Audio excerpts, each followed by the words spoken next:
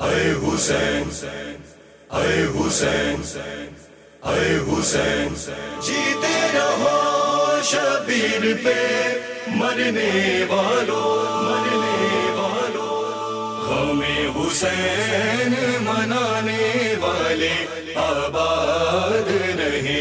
हुसैन, हुसैन मनाने वाले आबाद रहे। औज़ुबिल्लाहि मिनश्शैतानिर्रजीम, बिस्मिल्लाहिर्रहमानिर्रहीम। ज़ियारत आशूर और सिफ़ात ज़ाहिर के उन्वान से प्रोग्राम इस्लाम 24/7 में आपका होस्ट सैयद मीसम रज़ा हाज़िर खिदमत है। आज मुहर्रम की दूसरी तारीख़ है। एक दफ़ा फिर हमने अपने मेहमान और आप सबके पसंदीदा मेहमान को दावत दी है, आगा सैयद ज़ैगम अली रिज़वी साहब। हम बहुत शुक्रगुज़ार हैं कि आगा मुस्तकिल हमें टाइम दे रहे हैं। आगा पिछले प्रोग्राम में हमने सिफ़ात के एतबार से डिस्कस किया, प्रोग्राम में आपने सिफ़ात बयान फरमाई। इसमें हम जब ज़ियारत पढ़ते हैं या सारिल्लाह का एक वो जुमला आता है, उससे अल्लाह का खून, उससे मुराद क्या? अल्लाह का खून क्या? ये थोड़ा सा औज़ुबिल्लाहि मिनश्शैतानिर्रजीम, बिस्मिल्लाहिर्रहमानिर्रहीम। अल्हम्दुलिल्लाहि वस्सलातु वस्सलामु अला अहलिहा। अल्हम्दुलिल्लाहिल्लज़ी जअलना मिनल मुतमस्सिकीन बिल-क़ुरआनिल करीम व बिविलायति अमीरुल मोमिनीन व अइम्मतिल मासूमीन अलैहिमुस्सलाम। बहुत शुक्रिया, आपने प्रोग्राम में मुझे मदऊ किया और जिस सिफ़त की तरफ आपने इशारा फरमाया वो सिफ़त है कि जो कि इमाम मज़लूम अलैहिस्सलातु वस्सलाम को एक ख़ास सिफ़त से याद कर रहे हैं, और वो सारल्लाह, जिसे हम कहते हैं अल्लाह का खून। और न सिर्फ ये कि अल्लाह का खून, सारल्लाह वब्न तारिह, और उनके बाबा, यानी कि आप भी अल्लाह का खून और आपके बाबा भी अल्लाह का खून। तो यकीनन खुदा जिस्म व जिस्मानियत नहीं रखता। बिल्कुल। तो जब किसी खून को खुदा की तरफ निस्बत दी जाती है तो इससे मुराद ये ली जाती है कि एक ऐसा मक़तूल, एक ऐसा खून नाहक कि जिसका बदला खुदा के ज़िम्मे हो, यानी कि ऐसा खून कि जिसका बदला खुदा लेगा, सारल्लाह कहलाता है। यानी कि इमाम हुसैन अलैहिस्सलातु वस्सलाम की मज़लूमाना शहादत का बदला कोई और नहीं, ख़ुद खुदाए बुज़ुर्ग व बरतर लेगा। अब सवाल ये पैदा होता है कि फिर हम जो ये ख्वाहिश और दुआ करते हैं कि हमें उनके बदला लेने वालों में से करार दे। एक दुआ भी मांगते हैं ना कि हमें शुमार कर उनका बदला लेने वालों। जी, तो खुदा मुसब्बिबुल असबाब है, असबाब मुहैया फरमाता है। तो यकीनन जब इस ज़मीन को अदल इंसाफ से पुर किया जाएगा और खुदा का वो वादा कि लियुज़हिरहु अला दीन कुल्लिह, कि इस दीन को तमाम अदियान पर गालिब करेगा, जब ये वादा हज़रत इमाम महदी अलैहिस्सलातु वस्सलाम के हाथों अंजाम पाएगा, तो यकीनन वो खून नाहक के जो 61 हिजरी में और वो खून नाहक के जो कि 40 हिजरी में ख़ास बहाया गया था, उसका बदला ख़ुद परवरदिगार लेगा। तो इस एतबार से आपको सारल्लाह कहकर याद किया जाता है। अच्छा, इसकी एक सवाल ये आता है, बड़ी आम सी बात, वाक़े करबला के बाद हमें जनाब मुख्तार का अमल मिलता है कि आपने तमाम सारे बदला लिया और जो भी उस वाक़े के लोग शामिल थे उन सबको आपने कत्ल करा।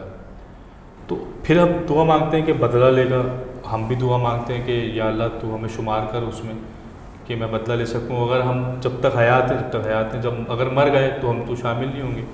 तो वो बदला क्या था जो जनाब मुख्तार की रिवायत में है, जनाब मुख्तार ने लिया, और आने वाला बदला क्या होगा, इसको थोड़ा सा अगर वजाहत। देखिए, आपने बहुत अहम नुक्ते की तरफ इशारा फरमाया है, और ख़ास ये बहस जो है वो कुछ तारीख़ी एतबार से एक कुछ वक्त चाहती है, उसमें एक दक़ीक़ नुकात हैं जिसका बयान करना होना ज़रूरी है।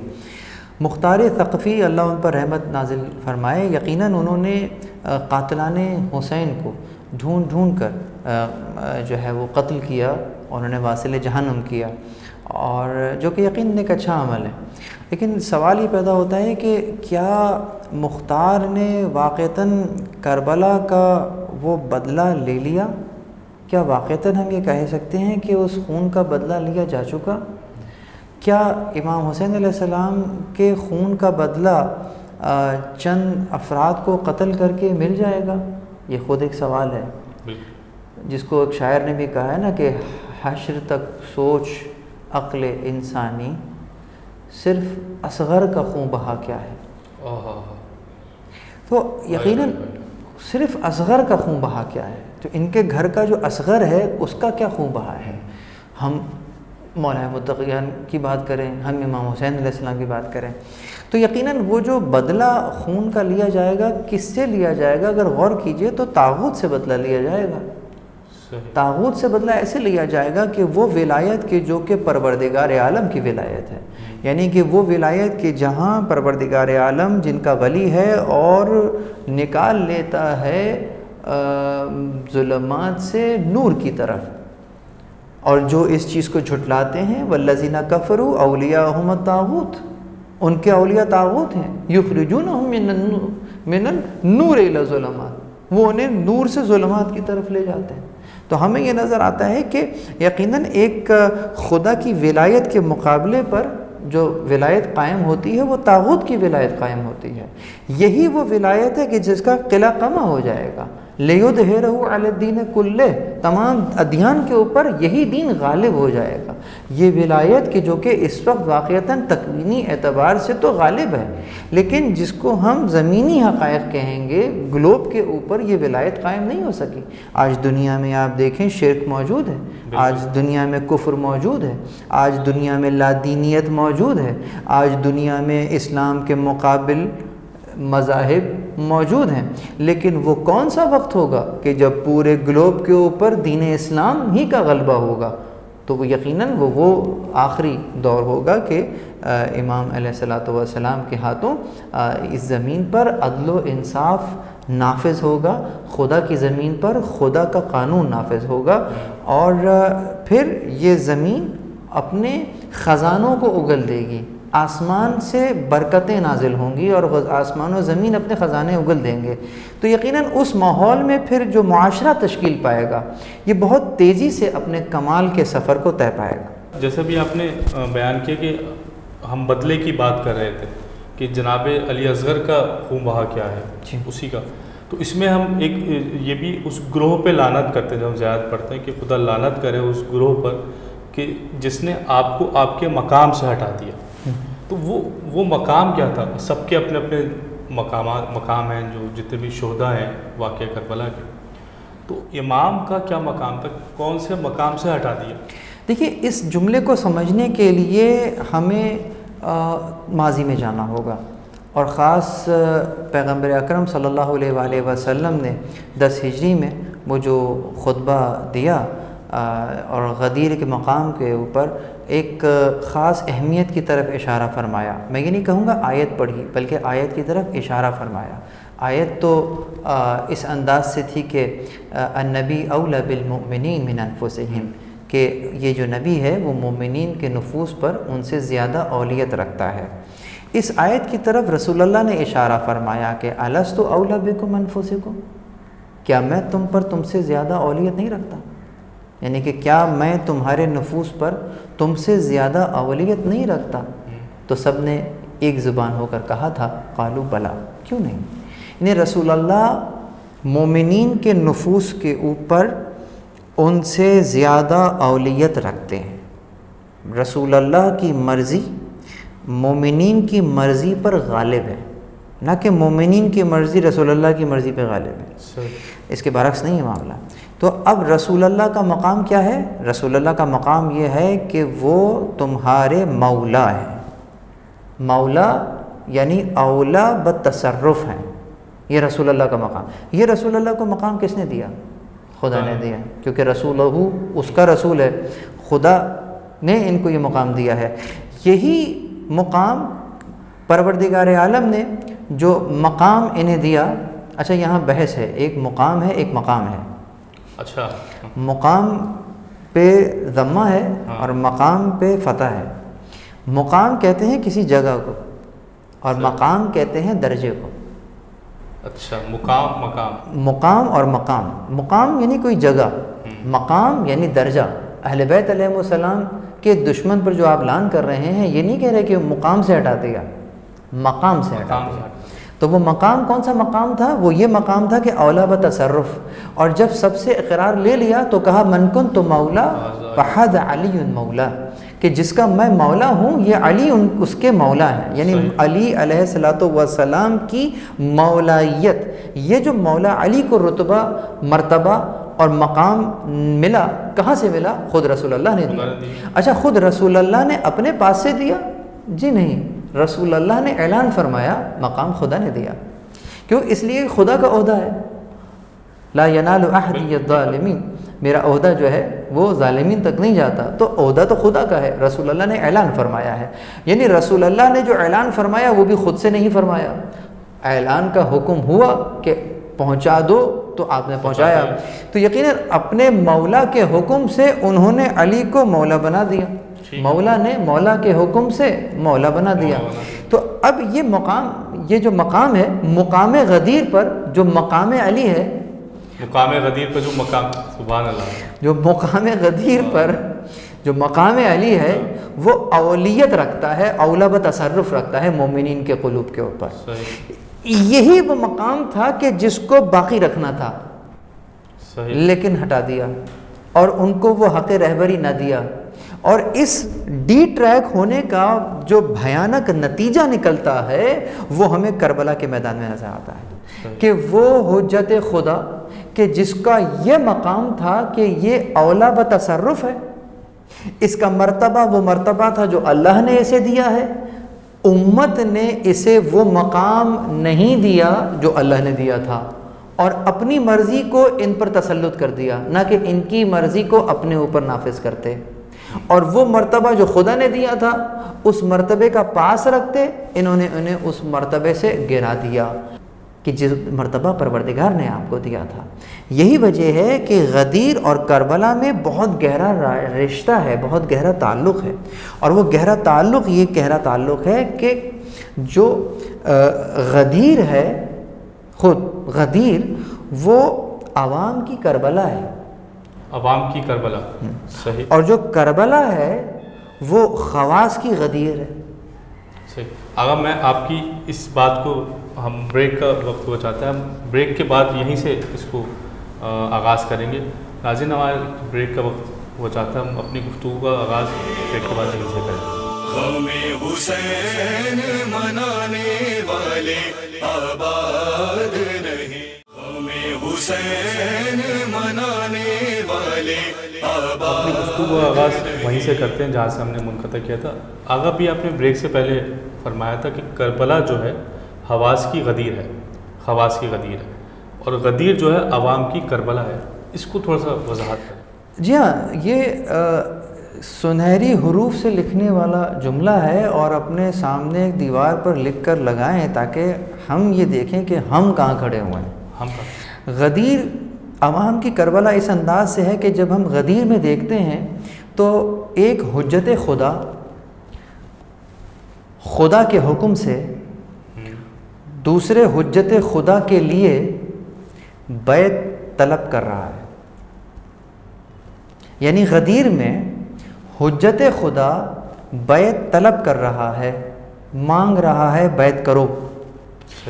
नतीजे में क्या हुआ कि अवाम ने, यानी जो अमूमी अंदाज से देखा जाए, उस बैत का पास नहीं किया, ठीक है, और उन्हें हक़ रहबरी नहीं दिया। यानी अवाम ने दगा दिया। ख़ास लोग अगरचे साथ थे लेकिन अवाम ने दगा दिया। बैत को तलब किया जा रहा है, अवाम ने दगा दिया। कुछ लोगों ने साथ दिया पर जो लेकिन मेजॉरिटी ने दगा दिया, खामोश हो गए, मसलहतें आड़े आ गईं। ठीक है, मुकाबले पर नहीं भी आए तो मवाफ़क़त में भी नहीं आए। तो सवाल ये पैदा होता है कि फिर करबला में क्या हुआ। अब करबला में सिनेरियो उलट है, वहाँ बैत तलब की जा रही है और यहाँ खैमे में बैत उठाई जा रही है। यहाँ कहा जा रहा है बैत उठा ली, जिसको जाना है चले जाओ। तो खवास ने अपने गदीरी होने का ऐलान किया कि आपको कैसे तना छोड़ जाए। इसीलिए करबला में खवास ने गदीर को ज़िंदा कर दिया, और वही वादा जो रसूलुल्लाह से किया था कि हम इन्हें तना नहीं छोड़ेंगे। तो खैमे हुसैनी में चराग के बुझने के बाद, जब वो जो शायर ने कहा कि बुझाया एक दिया शहने 72 हो गए रोशन, अंधेरा खुद परेशान है, बुझा क्या था जला क्या है। तो यहाँ इन्होंने गदीर के उस वादे को ज़िंदा कर दिया, उस गदीरी विलायत को ज़िंदा कर दिया। ये खवास थे जिन्होंने करबला में गदीर को बर्पा कर दिया। वहाँ गदीर में करबला बर्पा हो गई थी, यानी कि जुल्म सितम और इस अंदाज से दगा दे दिया गया अवाम की तरफ से, और रहबर खुदा को, यानी खुदा की तरफ से जो रहबर मुअय्यन किया गया था मिन जानिब अल्लाह, उसको तना कर दिया गया। लेकिन करबला में उस हुज्जत ज़मान के सामने वो जो मुट्ठी भर लोग बैठे हुए हैं, मरने को तैयार हैं, लेकिन इन्हें छोड़ने को तैयार नहीं है। अपना मकाम देख रहे हैं यकीनन कि हमें शहादत नसीब होगी, हम मारे जाएंगे इस अंदाज से, लेकिन फ़र्जंद रसूल को तन्हा नहीं। यहाँ तक कि मैंने रिवायत में देखा कि उज़्र शरई जिसे कहते हैं ना, मतलब कि एक सिलसिला होता है कि उज़्र शरई हो, मैं उसको इस्तेमाल करूँ और फिर मुझ पर कोई हद या कोई जुर्म नहीं होगा मेरे लिए। आपने ये तक कहा कि अगर तुम इस वक्त जाना इस तरह से चराग की रोशनी में नहीं जा सक रहे हो और तुम शर्मा रहे हो, मैं चराग बुझा देता हूँ, तब भी कोई उठ कर नहीं गया। तो फिर जब चराग जलाया, सब अपनी जगह बैठे हुए हैं, तो रिवायत में एक जुमला है कि आपने एक और ऑप्शन दिया, कहा तुम मेरे घर वालों में से किसी एक को लो और उसको लेकर वापस चले जाओ, तुम अली अकबर को लो और चले जाओ, तुम फ़लाँ को लो और चले जाओ। अब हम सबका नाम ले रहे हैं, मगर ये नहीं कह रहे कि मैं भी चला जाऊँ। इशारा देखिए आप, यानी कि उज़्र शरई तुम्हारे पास मौजूद है, तुम चाहो तो इनको लो ले जाओ। मसलन मिसाल के तौर पे अगर कोई शहज़ादा कासिम को ले जाता, कोई अली अकबर को ले जाता, तो करबला तो बहरहाल बर्पा होती। और उज़्र भी होता कि भाई उनके लिए तो चले गए तो हम क्या करें? उनके लिए उज़्र शरई था कि वो अहले हरम को लेके चला जाता, लेकिन वो तो चला जाता, लेकिन फ़र्जंद ज़हरा तो करबला में तन्हा रहता और करबला तो बर्पा होती बहरहाल। तो इसका मतलब ये है कि ये ख़ुद जुमला बयान कर रहा है कि तुम जाना चाहो तो इन्हें ले जाओ, और बल्कि मेरे हरम में से किसी को ले जाओ, मैं नहीं जाऊँगा। ये एक साइलेंट मैसेज है कि जो इमाम शनास है उसकी निगाह यहाँ पर होगी कि अगरचे उसके पास एक सेफ पैसेज मौजूद है, लेकिन फिर भी वो अपने इमाम को तना नहीं छोड़ेगा। ना इमाम ने ये कहा कि मैं नहीं जाऊँगा, तुम्हें जाने तो जाओ। इमाम ने ये नहीं कहा कि मैं भी चला जाऊँगा। मसलन इमाम के इस जुमले में ये बात मौजूद है कि अगरचे तुम इनको भी ले जाओ तो भी मैं तो यहीं हूँ। तो इन्होंने यही सबूत दिया कि ये कैसे हो सकता है कि हम आपको तन्हा कर दें, कि हम कल हश्र में आपकी वालिदा को क्या जवाब देंगे। यही अहद है जो कि आप बीबी ज़हरा से बांधते हैं कि अबद वल्लाह या ज़हरा मा नंसा हुसैना, कि खुदा की कसम ए बीबी ज़हरा, हम हुसैन को कभी नहीं भूलेंगे। ये वो अहद है जो आप मादर हुसैन अलैहिस्सलातु वस्सलाम से करते हैं। ये अय्याम अज़ा का बर्पा होना, ये अय्याम अज़ा का इस अंदाज से मनाना किस बात की तरफ इशारा करता है? ये बीबी ज़हरा से किया हुआ वही अहद है कि बीबी हम अपने तौर पर हम ये यकीन दिलाते हैं अपनी पूरे वजूद के साथ कि हम हुसैन को तन्हा नहीं छोड़ेंगे। यानी गदीर में भी करबला बर्पा हुई। गदीर का करबला का मतलब यही कि यानी कि कर्ब वो बला, जहाँ कर्ब भी हो बला भी हो, तो गदीर में वो मुसीबत और वो परेशानी ये आई कि जो आज बखिन बखिन कह रहे हैं, कल वो अपने वादे को भूल गए। तो ये करबला है, ये कर्ब और बला है, ये तकलीफ़ का मकाम है, ये मुसीबत का मकाम है। करबला का मतलब फ़कत वो वाक़या नहीं, कर्ब व बला, खैर बिन व बला, जिसमें कर्ब भी है बला भी है। गदीर में कर्ब और बला ये है कि देखो कि आज जो मुबारकबाद दे रहा है, कल वो अपने वादे से पीछे हो गया। आज जो लोग सामने हैं, कल जब बीबी ज़हरा घर से निकल रही हैं कि तुम्हें क्या हो गया, तुमने अली को तन्हा छोड़ दिया, तो फिर अब घर से कोई नहीं निकलता। इनकी मसलहतें इनके आड़े आ गई हैं। तो यकीनन ये ख़ुद एक सवाल है जो मैं आपसे कह रहा था कि मैं कहाँ खड़ा हूँ। कहीं ऐसा तो नहीं है कि मैं भी वाह वाह कर रहा हूँ, लेकिन अमली मैदान में मैं अलग हूँ और मौला अली कहीं अलग। तो फिर अगर इसको हम इससे भी जोड़ सकते हैं, जैसे हम खुद ज़ियारत आशूरा में ज़ालिमीन पे भी लानत करते हैं और उस जुल्म की बुनियाद डालने वालों पे भी लानत करते हैं। बिल्कुल ऐसा ही। गदीर में भी जुल्म हुआ, बिल्कुल जुल्म था गदीर में, तो उन पे भी लानत है ये। बिल्कुल, यानी कि हर उस शख्स के ऊपर आपने लान, यानी लान कहते हैं किसी के लिए ऐसी दुआ करना कि परवरदिगार तू इसे अपनी रहमत से दूर कर दे। यानी कि लान एक दुआ है, परवरदिगार आलम से दुआ मांगी जा रही है कि तू फ़लाँ को अपनी रहमत से दूर कर दे। इसका उलट दुरूद है, यानी कि दुरूद और लान ये दो ऐसी चीज़ें हैं कि जिसको आप कहिए ब्लैंक चेक है, इसमें टाइटल लिखने की ज़रूरत नहीं है, इसको जहाँ जाना होता है वहाँ चली जाती है। आप अगर दुरूद भेजें तो दुरूद जहाँ जाना है वहीं जाएगा, और अगर आप लान करें तो ये जहाँ जानी है वहीं जाएगी। ठीक है, अब हम अपने सेगमेंट की तरफ आते हैं। सिफ़त ज़ाहिर, आज कौन सा तोहफ़ा? यकीनन जिस तरीके से हमारी गुफ्तगू सिफ़ात ज़ाहिर के ज़ैल में चल रही है और ख़ुसूसियत के साथ हमारी नज़रों के सामने ज़ियारत आशूर है और उसी में से हम ये सिफ़ात बयान कर रहे हैं, तो जहाँ से हमने बात को ख़त्म किया हम यही सिफ़त आपके सामने लेकर आते हैं कि जो तीसरी सिफ़त है ज़ाहिर की वो यही है कि यकीनन वो खुदाई ओहदों और मर्तबों का पास रखता है। यानी कि वो ओहदे जो खुदा के ओहदे हैं उनका पास रखना, यानी कि उनको वो मकाम देता है जो परवरदिगार ने उन्हें दिया है।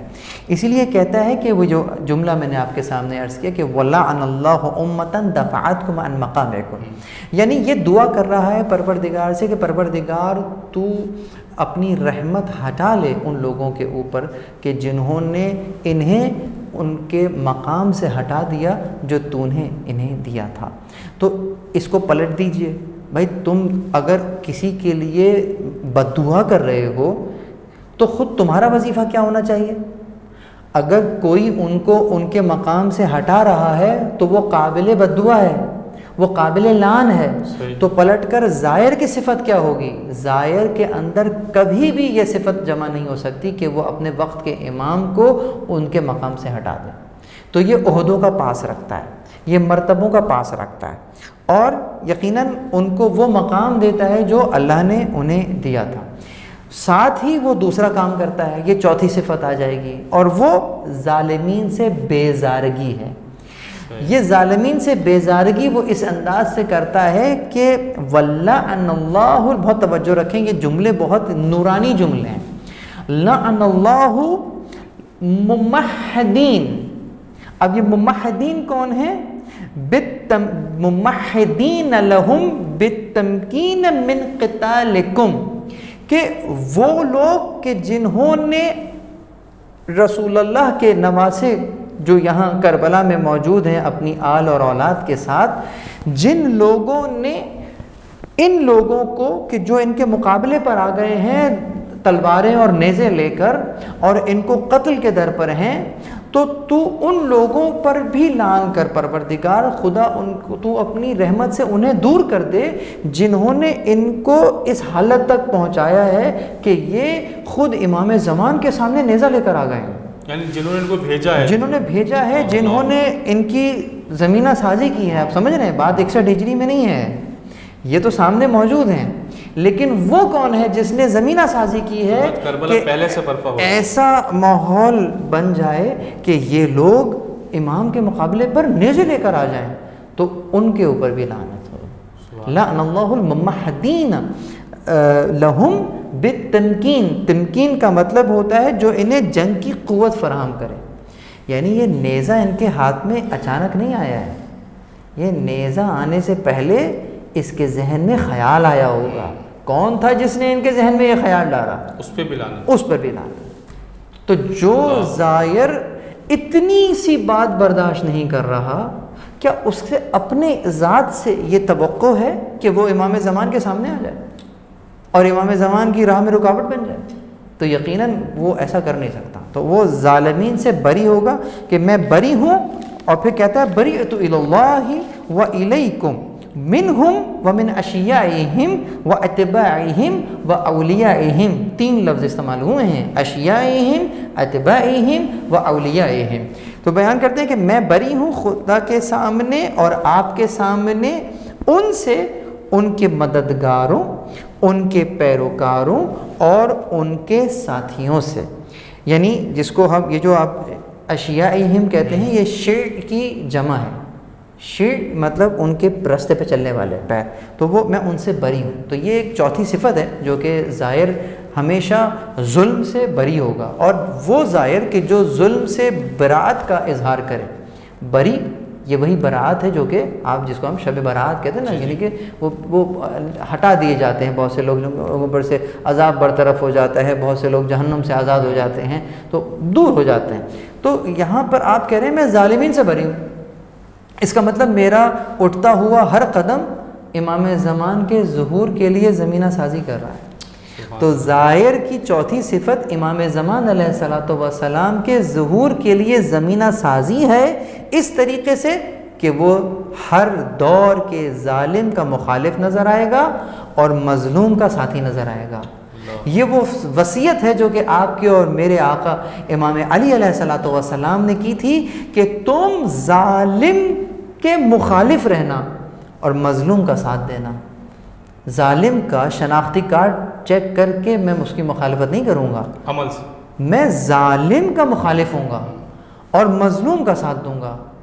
ये ना कहना कि अरे वो तो फ़लस्तीन है, तुम्हारा फ़लस्तीन से क्या ताल्लुक़ है। जी नहीं, फ़लस्तीन में मज़लूम रहते हैं और मेरे मौला ने कहा था कि मज़लूम का साथ देना, तो मैं मज़लूम के साथ हूँ, चाहे वो फ़लस्तीनी हो, चाहे वो कश्मीरी हो, चाहे वो यमनी हो। और मेरी दीनी हमीयत, मेरी दीनी गैरत इस बात का तकाज़ा करेगी कि मैं उनके लिए आवाज़ उठाऊँ। ये मौला अली की वसीयत है।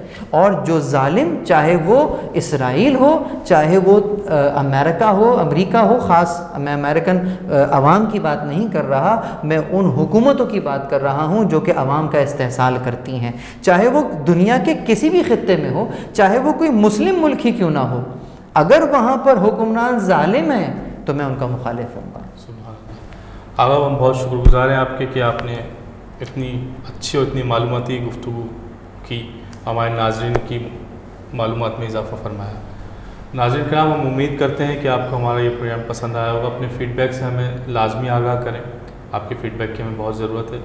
अगले एपिसोड में फिर हाज़िर होंगे, तब तक के लिए अस्सलाम वालेकुम। जीते रहो शबीर पे मरने वालों, हमें हुसैन मनाने वाले आबाद